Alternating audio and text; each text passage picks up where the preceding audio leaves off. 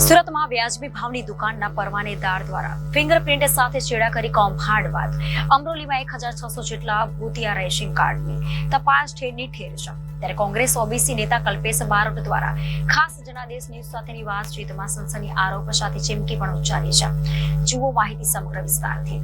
સરકાર દ્વારા ગરીબોને વ્યાજબી ભાવે અનાજ આપવા અનેક અધિકારીઓ અને અનાજ માફિયાના મોટા માથાની સાંઠગાંઠના લીધે અનેકવાર વિવાદમાં આવી રહ્યું છે અને ડુપ્લિકેટ રેશનિંગનું પણ મોટા પાયે કૌભાંડ આચરવામાં આવ્યું છે। ત્યારે કોંગ્રેસ ઓબીસી નેતા કલ્પેશ બારોટ દ્વારા લાંબા સમયથી લડત ચલાવવામાં આવી રહ્યું છે અને 1600 જેટલા ખાલી અમરોલી વિસ્તારમાં જ ડુપ્લિકેટ રેશનિંગનું કૌભાંડ ચાલી રહ્યું હોવાનું તેમને પુરાવા સહિત જણાવ્યું હતું અને તેમાં તેને આટલી બધી લડત બાદ પણ ફક્ત 250 જેટલા જ રેશનિંગ કેન્સલ કર્યા હતા। ત્યારે હવે રેશનિંગ કૌભાંડમાં સરકારના દરેક વિભાગમાં લાગતા વળગતા ને લેખિતમાં રજૂઆત કરવા છતાં પણ ભીનું સંકેલવાના પ્રયાસ થઈ રહ્યા છે। ત્યારે જનાદેશ ન્યૂઝ સાથેની ખાસ વાતચીતમાં કલ્પેશ બારોટે જણાવ્યું હતું કે હવે આ મુદ્દે ન્યાય મળે તો કોર્ટમાં જઈને પિટિશન દાખલ કરીને ગરીબોના હકનો કોડિયો જે ખાઈ રહ્યા છે તેના વિરુદ્ધ લડાઈ લડવાની ચીમકી પણ ઉચ્ચારી છે।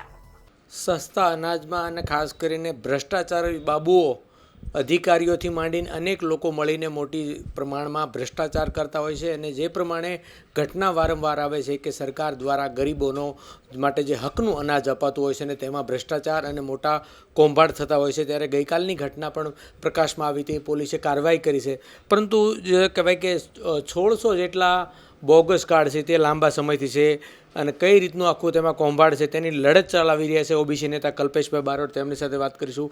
કલ્પેશભાઈ, શું કહેશો? કારણ કે અનાજ માફિયાઓમાં જે પ્રમાણે ઘટના બને છે, કૌભાંડ થઈ રહ્યા છે વારવાર ને ગરીબોના હકનો કોળિયો ચીનવી રહ્યા છે। ખાસ કરીને તો સુરતમાં છેલ્લા ઘણા સમયથી અનાજની કાળાબાજીના કિસ્સા વારંવાર જોવામાં આવે છે। જે કામ અધિકારીઓ કરવાનું હોય છે એ કામ પ્રેસ મીડિયાના મિત્રો દ્વારા કરવામાં આવે છે અને ખાસ કરીને મારે જણાવવાનું કે અમરોલી ખાતે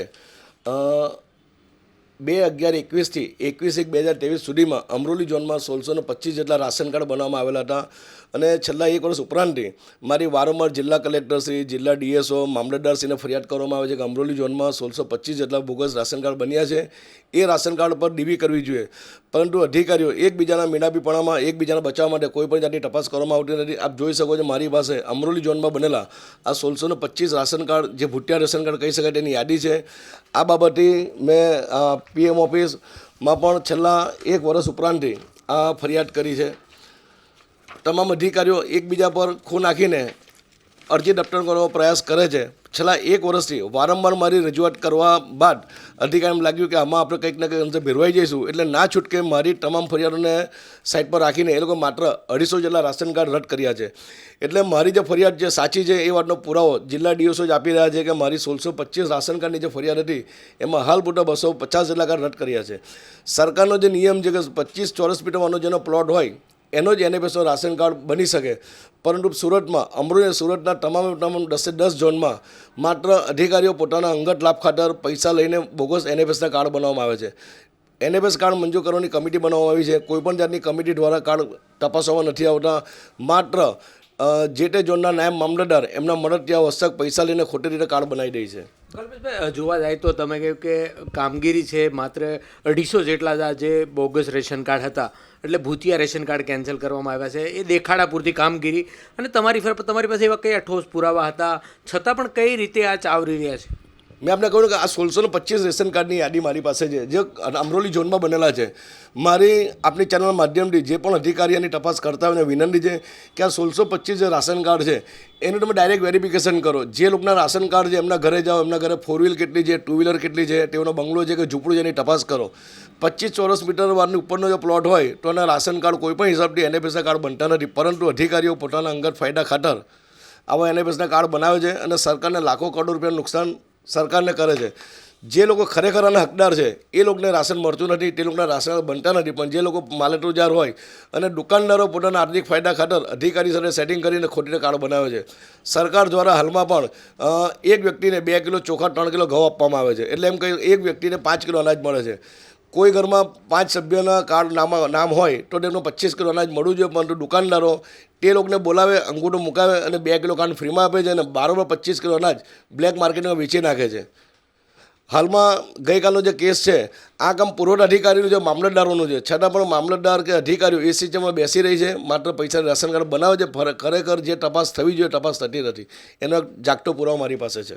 શું લાગે છે તમને હવે એક લાંબા સમયથી લડત છે, હવે કઈ રીતે કલ્પેશ બારોટની લડત હશે? કારણ કે ગરીબોના હક માટે લડી રહ્યા છો અને આટલું મોટું કૌભાંડ હોવા છતાં જે ઢાંક પીછોડો દેખાઈ રહ્યો છે. જ્યારે પણ આવું કંઈક વસ્તુ પકડાય છે ત્યારે એ દુકાનદાર પર કેસ કરવામાં આવે છે અને 2-5 લાખ રૂપિયા દંડ કરવામાં આવે છે. મારું કહેવું આપને એટલું જ છે કે જે રાશન કાર્ડ બને છે એ રાશન કાર્ડ પર સહી કરનાર અધિકારી કોણ છે? ભૂટિયા અનાજ પકડાય, ભૂટિયા કાર્ડ પકડાય તો એ કાર્ડ બનાવનાર અધિકારી સામે કાર્યવાહી થવી જોઈએ, એની પર એક્શન લેવા જોઈએ, નહીં કે માત્ર દુકાનદાર સાબિત કરો. જે મેન ગુનેગાર છે અધિકારીઓ છે એમની પર કોઈ પગલાં લેવામાં આવતા નથી. અને મેં આપને બતાવ્યું કે છેલ્લા 1 વર્ષથી પીજી પોર્ટલ, મુખ્યમંત્રી પોર્ટલ, પ્રધાનમંત્રીને, જિલ્લા કલેક્ટરને ફરિયાદ કરવા છતાં પણ કોઈ કાર્યવાહી કરવામાં આવતી નથી. એટલે આગામી દિવસમાં છેલ્લે પણ હમણાં 4/1 મેં ડીએસઓ સાહેબ અને પીજી પોર્ટલમાં ફરિયાદ કરી છે. હજુ સુધી કોઈ જવાબ આપવામાં આવ્યો નથી. હવે ના છૂટકે મારે જિલ્લા કલેક્ટર અને ડીએસઓની સામે હાઈકોર્ટમાં ફરિયાદ દાખલ કરવી પડશે કે જે કંઈ બી અનાજ ચોરી થાય છે એની પાછળ માત્ર કોઈ જવાબદાર હોય તો પુરવઠાના ભ્રષ્ટ અધિકારીઓ. બિલકુલ, તો સીધો આરોપ અને સ્પષ્ટ રીતે તેમનું કહેવું છે અને લેખિતમાં રજૂઆત કરી છે, લડત આપી રહ્યા છે અને હવે તેને એક કોર્ટનો માર્ગ પણ અપનાવવાની ફરજ પડી છે. એટલે આ ભ્રષ્ટાચારી બાબુઓની જે ચેન છે, કઈ રીતનું ગરીબોના હકનું જે અનાજ છે તે સગે વગે કરી રહ્યા છે. અને મોટું કૌભાંડ અત્યારે જે કહી શકાય કે અમરોલીમાં 1600 જેટલા બોગસ કાર્ડ હોય અને તેમાં જો સરકાર દ્વારા કોઈ કાર્યવાહી ન થતી હોય તો ખરેખર સરકાર માટે શરમજનક બાબત છે. સહયોગી હરેશ ઠક્કર સાથે અરવિંદ રાઠોડ, જનાદેશ ન્યૂઝ, સુરત.